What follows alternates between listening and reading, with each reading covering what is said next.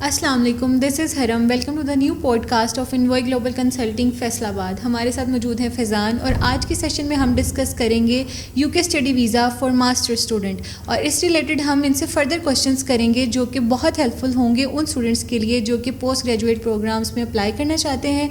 तो अस्सलाम वालेकुम फैज़ान, कैसे हैं आप? वालेकुम सलाम मैम, शुक्र है अल्लाह का। आप बताएं कैसी हैं? मैं बिल्कुल ठीक हूँ। फैज़ान, आपको आज का टॉपिक तो समझ आ गया होगा? जी ठीक है। ठीक है, तो हम इस रिलेटेड आपसे फर्दर क्वेश्चंस करेंगे जिससे आप हमारे न्यू स्टूडेंट्स को बहुत सारी गाइडेंस देंगे और जो उनके लिए बहुत ज़्यादा हेल्पफुल भी होगा। ठीक है मैम।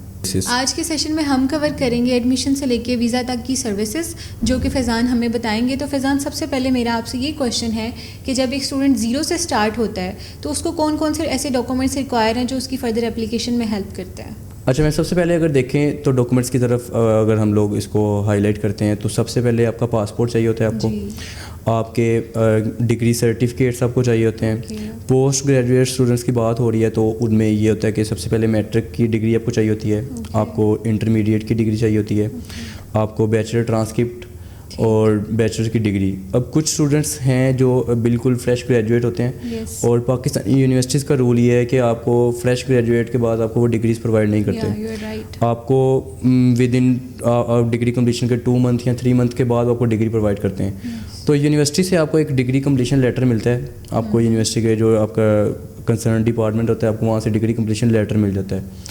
उस डिग्री कम्प्लीशन लेटर के ऊपर ये चीज़ मेंशन होती है कि बच्चे ने इस सेशन से लेके लाइक 2022 से लेके 2026 तक इसने अपनी डिग्री कंप्लीट की हुई है।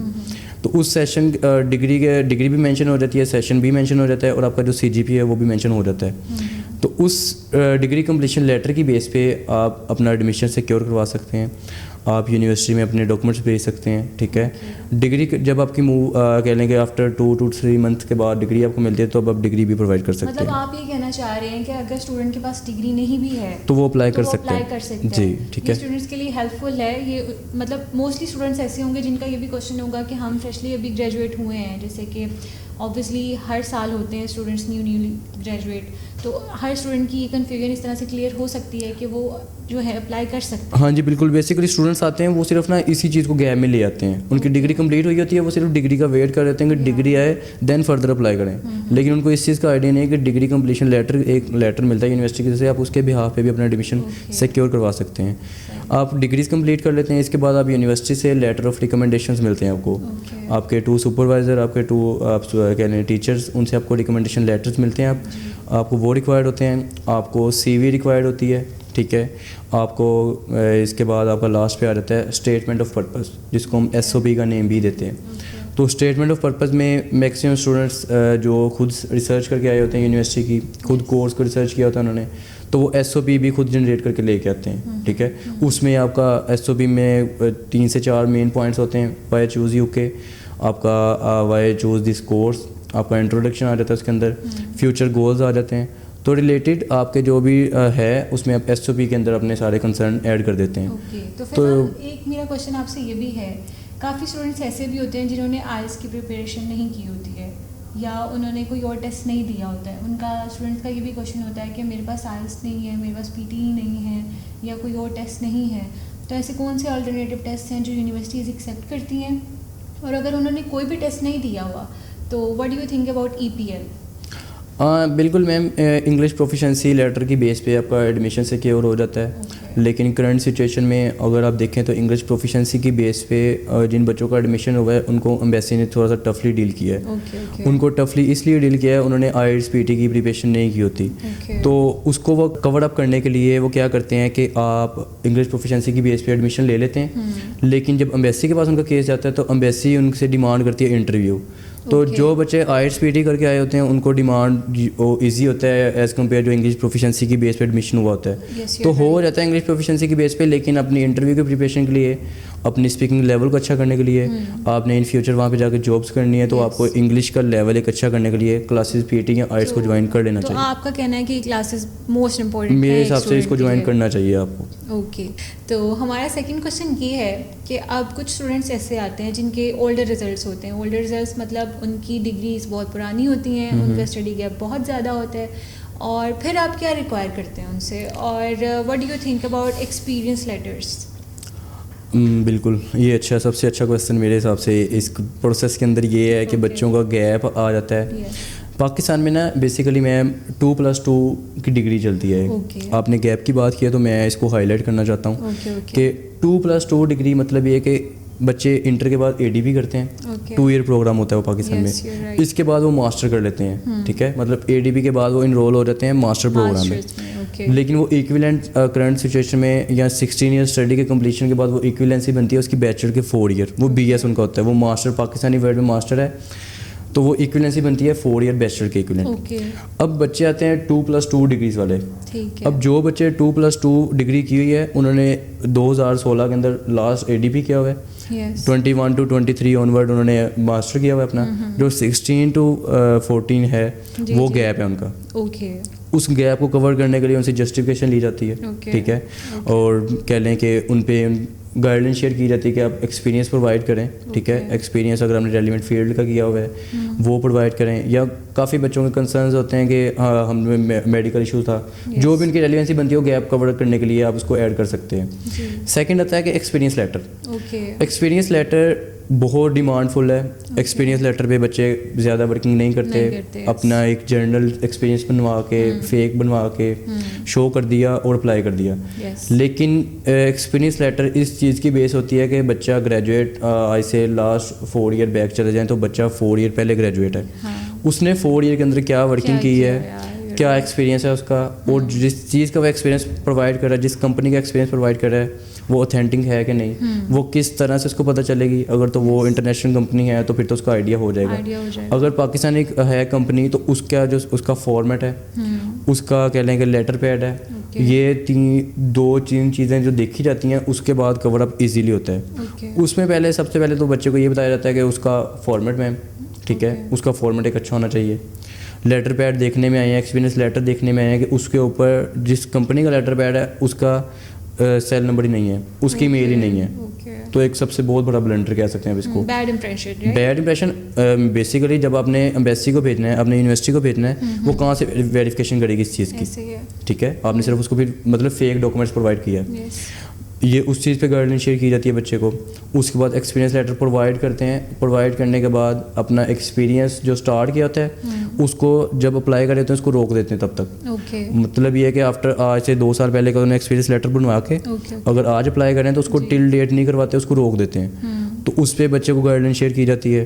फिर उस पर कह लें कि बच्चे का कह लें कि स्टम्प सबसे मेन चीज़ है कि जिस कंपनी के साथ आप काम कर रहे हैं, कोई भी कंपनी है पाकिस्तान की, वो उनकी स्टम्प्स अवेलेबल होती हैं उनके पास। तो एक स्टम्प एक ऐसी चीज़ है जिसकी बेस पे आप पता चलता है कि ये बंदा ऑथेंटिक है, जॉब कर रहा है हमारे पास, ऑथेंटिक है या नहीं है, कंपनी उसी बंदे को स्टम्प लगा के देगी जो उनके पास काम कर रहा है। तो ये 3 से 4 मेन फैक्टर्स हैं जिन पे बच्चे वर्किंग नहीं करते और वैसे ही प्रोवाइड करते हैं डॉक्यूमेंट्स, और बाद में लास्ट उनका ये होता है कि हमारी एप्लीकेशन रिजेक्ट हो गई है, हमारे डॉक्यूमेंट्स बिल्कुल रियल थे लेकिन क्यों रिजेक्ट हुई है कोई आइडिया नहीं है। लेकिन स्टूडेंट्स को इस पे वर्किंग करनी चाहिए, एक्सपीरियंस लेटर को ऐसे वेस्ट नहीं समझना चाहिए। बिल्कुल, बच्चे इसको इजीली करके प्रोवाइड कर देते हैं, जो बाद में रिजेक्ट होने के बाद एप्लीकेशन की क्लोज हो जाती है, तो फिर उनका यही होता है कि इसका नेक्स्ट प्रोसेस क्या है, तो इस पे वर्किंग करनी चाहिए। आपके आंसर से मुझे लगता है कि बहुत सारे स्टूडेंट्स की ये कन्फ्यूजन क्लियर हुई होगी और उनको ये इन्फॉर्मेटिव भी लगी होगी आपकी बात, बिल्कुल, कि एक्सपीरियंस लेटर को ऐसे इनमें नहीं समझना चाहिए। बिल्कुल, ये मेन है मेरे हिसाब से। ये डिग्री के बाद अगर आपका गैप आ गया है तो एक्सपीरियंस लेटर ही जो आपको एक तरफ से कह लें साइड से ला सकते हैं। आपको तो मतलब ऐसे भी स्टूडेंट होते हैं ना जिन्होंने मैट्रिक के बाद गैप ले लिया, फिर इंटर के बाद गैप ले लिया, तो वो हर गैप में उनको एक्सपीरियंस लेटर की जरूरत पड़ती है। उन्हें जो भी उनकी एक्टिविटी है उनको प्रोवाइड करनी पड़ेगी। That's most important. जी बिल्कुल। तो आई थिंक स्टूडेंट्स की कन्फ्यूजन इससे क्लियर हुई होगी। काफ़ी एक्सप्लेन मैंने इसको डीपली एक्सप्लेन किया है कि हमारे आज सेशन के अंदर हम लोग काफ़ी कुछ वो चीज़ें प्रोवाइड करते हैं, अगर स्टूडेंट अप्लाई करना चाह रहा है उसको हेल्प हो इसके अंदर, हेल्प हो मतलब उसकी जो है वो बेसिक क्यूरीज वो ऑलरेडी डन हो, वो अगर केस करवाना स्टार्ट करवाना चाह रहा है तो उसको आइडिया हो अगर वो किस चीज़ के लिए प्रोसेस करवा रहा है और क्या क्या उसको रिक्वायरमेंट है। हाँ, उसके डॉक्यूमेंट्स वाले क्वेश्चंस ETC हर चीज़ क्लियर हो जाएगी, इंशाल्लाह इसमें हम लोग कंप्लीट कर देंगे। तो एज़ यू नो कि हमारे 2 क्वेश्चंस ऑलरेडी डील हो चुके हैं, जैसे कि documents and experience letter, study gap. तो अब हम नेक्स्ट क्वेश्चन की तरफ मूव करते हैं। फैज़ान से पूछते हैं कि फैज़ान एप्लीकेशन सबमिशन क्या है, मतलब व्हाट्स दैट प्रोसेस? इसका ना बेसिकली ये है कि सबसे पहले जैसे आपने डॉक्यूमेंट्स पे बात की है मैम Yes. कि डॉक्यूमेंट्स बच्चा आया है उस पर डॉक्यूमेंट्स की वर्किंग की है, अगर उसका गैप है तो गैप पे एक्सप्लेनेशन की है उस बच्चे को, उसके ओवरऑल डॉक्यूमेंट्स कंप्लीट हो गए मैक्सिमम। ठीक है। अब थर्ड स्टेप आता है मैम के एप्लीकेशन सबमिशन। ओके। उसका क्या इसका ये कह लें कि प्रोसेस है, हमारा क्राइटेरिया जो है वो आज आपके साथ शेयर करते हैं कि हम लोग एप्लीकेशन सबमिशन कैसे करते हैं। ओके। सबसे पहले अगर बच्चा हमारे पास आता है तो उसकी पहले तो असेसमेंट की जाती है।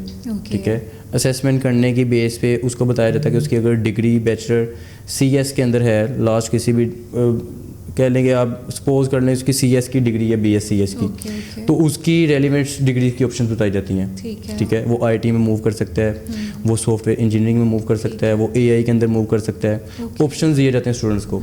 तो डिफरेंट जब ऑप्शंस आप स्टूडेंट्स को देते हैं तो उसको आइडिया होता है कि उसकी डिग्री कौन सी चूज़ करनी है। Yes. ठीक है, तो फर्स्ट ऑफ ऑल अगर बताया जाता है बच्चे को तो वो डिग्री रेलिवेंसी बताई जाती है।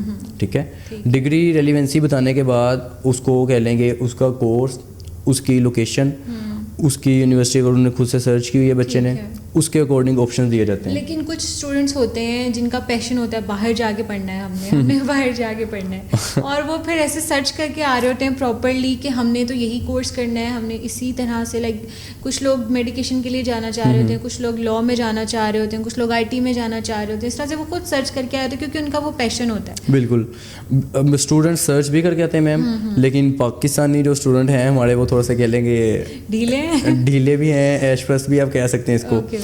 वो सिर्फ अपनी डिग्री करके आते हैं, एक डिग्री का पीस ऑफ पेपर कह लें आप, अगर उस पर आपकी ग्रिप नहीं है, आप उस पर सिर्फ आपने 4 ईयर वेस्ट करके डिग्री ली हुई है तो वो सिर्फ एक पीस ऑफ पेपर है। अगर आप उस पर अपनी 100% आपने वर्किंग की हुई है, एक्सपीरियंस है आपको उसके ऊपर, तो आपको वो पीस ऑफ पेपर नहीं है, वो आपकी डिग्री की वर्थ है।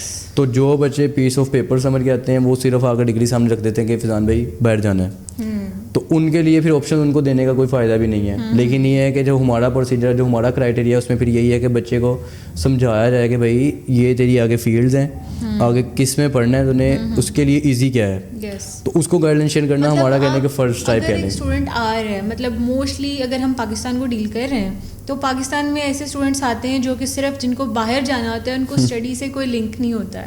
वो फिर कह लें कि उनका लोकेशंस के अकॉर्डिंग उनकी लोकेशन प्रेफरेंस भी होती है, लोकेशन के अकॉर्डिंग उनको ऑप्शंस दिए जाते हैं। ठीक है। तो एट अ टाइम हम लोग जो कह लेंगे ऑप्शंस शेयर करने के बाद स्टूडेंट को 3 यूनिवर्सिटीज़ में ना 2 to 3 यूनिवर्सिटीज़ में एट अ टाइम अप्लाई करते हैं। ठीक है, अप्लाई करने के बाद within a week offer letter maximum receive हो जाता है। ठीक है, अगर ऑफर लेटर नहीं रिसीव हो रहा आफ्टर 1 वीक तो उसके रिमाइंडर मेल्स यूनिवर्सिटी को हम लोग मेल्स वगैरह कर देते हैं कि बच्चे का ऑफर लेटर पेंडिंग है आपकी तरफ, तो फॉलो अप होता है हमारा। ठीक है, ऑफर लेटर आने के बाद उस पर पूरी कह लें कि वर्किंग करने के बाद स्टूडेंट को प्रॉपर शेयर किया जाता है। शेयर करने के बाद उनको जो भी उसके अकॉर्डिंग बच्चे की फ़ीस है इनिशियली उसने पे करना है, उस पर सारी वर्किंग हमारी हो जाती है मैम। ओके, तो फैज़ान नेक्स्ट क्वेश्चन अगर मैं आपसे ये पूछूं कि अगर आपका आफ्टर 2 to 3 वीक्स एक स्टूडेंट का ऑफर लेटर आ जाता है जी। और मोस्टली केस ऐसे होते हैं कि जिनके ऑफर लेटर्स आते हैं उन पे कंडीशंस लग जाती हैं, तो व्हाट इज़ दैट कंडीशन और वो क्या प्रोसेस है अगर कंडीशन लग जाती है, और वो कंडीशन है क्या और फिर उसको कैसे डील करते हैं और स्टूडेंट उस चीज़ को कैसे डील करता है ताकि उसका जो वीज़ा प्रोसेस है वो मज़ीद फ्लुएंटली चलता रहे। बेसिकली ना ये क्वेश्चन भी बन जाता है और ये एक पॉइंट भी कह लें, जैसे हमने ऑलरेडी 3 पॉइंट्स डिस्कस किए हैं, ये एक 4 पॉइंट भी बन जाता है। और इसी के क्वेश्चन आपने जैसे किया है कि लास्ट जो हमने पॉइंट डिस्कस किया उसका आगे फर्दर क्वेश्चन निकल आता है। तो 4 पॉइंट ही आप इसको नेम दें हिसाब से कंडीशनल ऑफर लेटर। इसीलिए मैंने आपसे क्वेश्चन किया।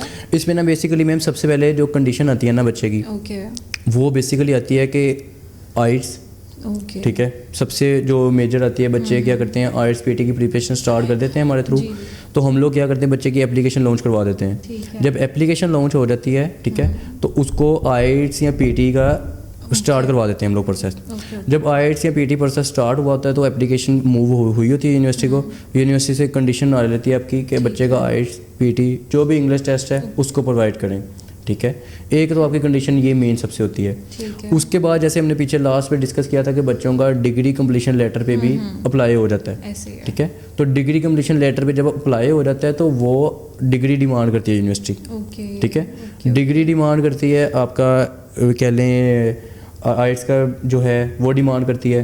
अगर बच्चे ने एक्सपीरियंस लेटर प्रोवाइड किया हुआ है, एक्सपीरियंस लेटर नहीं अथेंटिक है, उनको किसी भी चीज़ की रिक्वायरमेंट है, कोई ब्लडी पेपर चला गया उनकी तरफ, तो इस टाइप की जो कंडीशंस हैं वो फिर आप उनको यूनिवर्सिटी को प्रोवाइड करते हैं। देन यूनिवर्सिटी हमें अनकंडीशन की तरफ मूव डाउन करती है। ठीक है, मतलब ऐसे है कि अगर कोई कंडीशन आ भी जाती है तो हम उसको इजीली डील कर लेते हैं, के लिए कोई प्रॉब्लम नहीं होती है। नहीं, वो बेसिकली आपकी है रेलिवेंसी ना उसके साथ। आप कह लेंगे आइट्स आपकी रेलिवेंसी है, आप कर रहे हैं, अब जैसे कंप्लीट कर लेंगे आप उसको अटैच करके यूनिवर्सिटी को भेजेंगे, यूनिवर्सिटी को क्लियर कर देगी। तो हमारा इस पॉइंट में मेन क्वेश्चन यही है कि हमें आइट्स की तरफ बहुत फोकस करना चाहिए।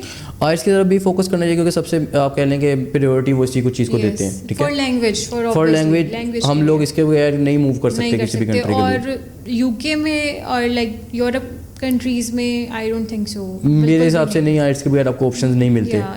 तो कंडीशन जो आपके मेन आ जाती है वो इन डॉक्यूमेंट्स की आ जाती है। फिर इनके साथ अब मैक्सिमम अगर आप लास्ट रिसेंटली देखें इनकी यूनिवर्सिटीज़ के क्राइटेरिया, तो उन्होंने इंटरव्यू की प्रिपरेशन भी कह लें कि इंटरव्यू एक सबसे बड़ा फैक्टर उन्होंने ऐड कर दिया।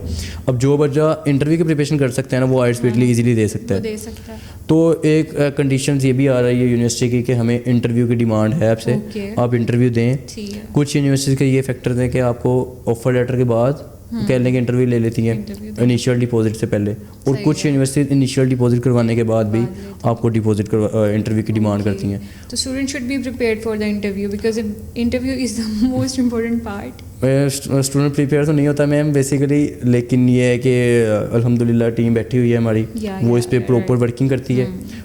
एप्लीकेशन डिपार्टमेंट लग है, हर चीज़ के पीछे आई थिंक सो कि हमारी टीम की बहुत ज़्यादा हार्ड वर्किंग। बिल्कुल मैम, वो स्टूडेंट को 0 to end तक हर चीज़ में गाइडेंस दे रहे हैं, इवन कि उनके टेस्ट प्रिपरेशन कराने तक भी उनकी गाइडेंस होती है। बिल्कुल, आप ये कह सकती हैं कि वो स्टूडेंट को बिल्कुल ब्लड है, उसको कुछ नहीं पता, वो ब्लैंक पेज है, उसको फिलअप आपने खुद करना है। तो उसके लिए अलग अलग टीम, उसको गाइडलाइन शेयर करने के लिए काउंसलर अलग हैं, आइट्स के साथ टीचर उनके लिए अलग इनरोल हैं। अगर इंटरव्यू की प्रिपरेशन आ रही थी उसके लिए आइट्स ट्यूटर या जो भी आइट्स पढ़ा रहे हैं वो अलग हैं। तो सभी चीज़ को कवर अप करने के लिए एक सेटअप, एक क्राइटेरिया है। तो ये उसको डील करने के बाद हमारा लास्ट क्वेश्चन जिसमें हमारी मेन चीज़ डिस्कस हुई है वो आइट्स है। वो आइट्स बेसिकली मेरे हिसाब से आइट्स है और इंटरव्यू की प्रिपरेशन है, और उसके लिए भी आपको आई थिंक आइट्स की ही ज़रूरत पड़ती है। आइट्स करेंगे तो इंटरव्यू की प्रिपरेशन आगे कंप्लीट होगी।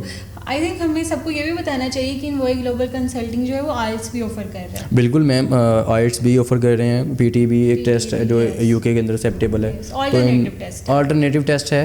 तो ये दोनों टेस्ट की क्लासेस हमारा बैच चल रहा है, ठीक है, और काफ़ी बच्चे इनरोल हैं, तो इसमें क्लासेस हमारी हैं स्टार्ट। तो स्टूडेंट्स जो इंटरेस्टेड हैं they can come, बिल्कुल विजिट कर सकते हैं, फैसलाबाद ऑफिस का विजिट कर लें, यहाँ पे क्लासेस हमारी रन है, विजिट करके डेमो क्लास भी ले सकते हैं और इसको ज्वाइन कर सकते हैं। हाँ, तो देयर इज़ नो प्रॉब्लम, जिन्होंने विजिट करना है वो आए, आके विजिट करें अपने फर्दर प्रोसेस के लिए, वो आइल्स भी कर सकते हैं। हमारे पास मैक्सिमम जो केस चल रहे हैं वो इसी की बेस पे चल रहे हैं मैम, बच्चों के केस चल रहे हैं, और आइल्स पीटी भी वो फिर बेसिकली जहाँ से केस रन करवा रहे हैं वो हमारे थ्रू ही वो आइल्स या पीटी कर रहे होते हैं। और कुछ स्टूडेंट ऐसे हैं जो जस्ट आइल्स करने आए थे हमारे पास या पीटी करने आए थे, तो उनके केसेस भी फर्दर हमारी तरफ से चल रहे हैं। तो ये डिपेंड कर रहा था कि कंसल्टेंट किस टाइप का है, उनकी स्पीकिंग लेवल, उनका कह लेंगे कम्युनिकेशन लेवल, स्टूडेंट के साथ किस लेवल तक आप इजीली, जितना ज़्यादा आप उसको स्मूथ वे में लेके चलेंगे वो आपके साथ वैसे ही कंफर्टेबल जोन में आ जाएगा। और मुझे लगता है कि comfort zone is the first priority with the student के। जब एक स्टूडेंट आपके पास आ रहा है तो उसके साथ आपका कंफर्ट जोन इस तरह का होना चाहिए कि वो इनसिक्योर फील ना करे। बिल्कुल कंफर्टेबल होगा, देन ही वो आपसे अपनी गाइडेंस शेयर कर सकता है, वो क्या उसको पर्सनल इश्यूज़ हैं,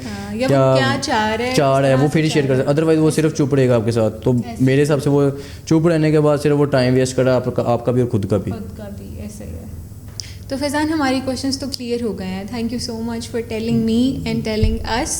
ठीक है, मतलब मुझे लगता है कि आपके आंसर्स की वजह से बहुत सारे स्टूडेंट्स की जो है वो queries I think already deal हो चुकी होंगी, मतलब उनकी कन्फ्यूजन्स क्लियर हो चुकी होंगी।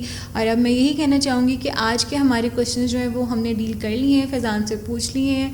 हम आज के पॉडकास्ट को यहीं पे वाइंड अप करते हैं। तो अब हम मिलेंगे आपको नेक्स्ट पॉडकास्ट में फैज़ान के साथ, जिसमें हम डील करेंगे अनकंडीशनल लेटर से वीज़ा तक को। सो आपका अगर कोई भी क्वेश्चन हो तो आप प्लीज़ कमेंट कीजिए और Envoy Global Consulting Faisalabad visit कीजिए। Thank you for watching. अल्लाह हाफ़िज़।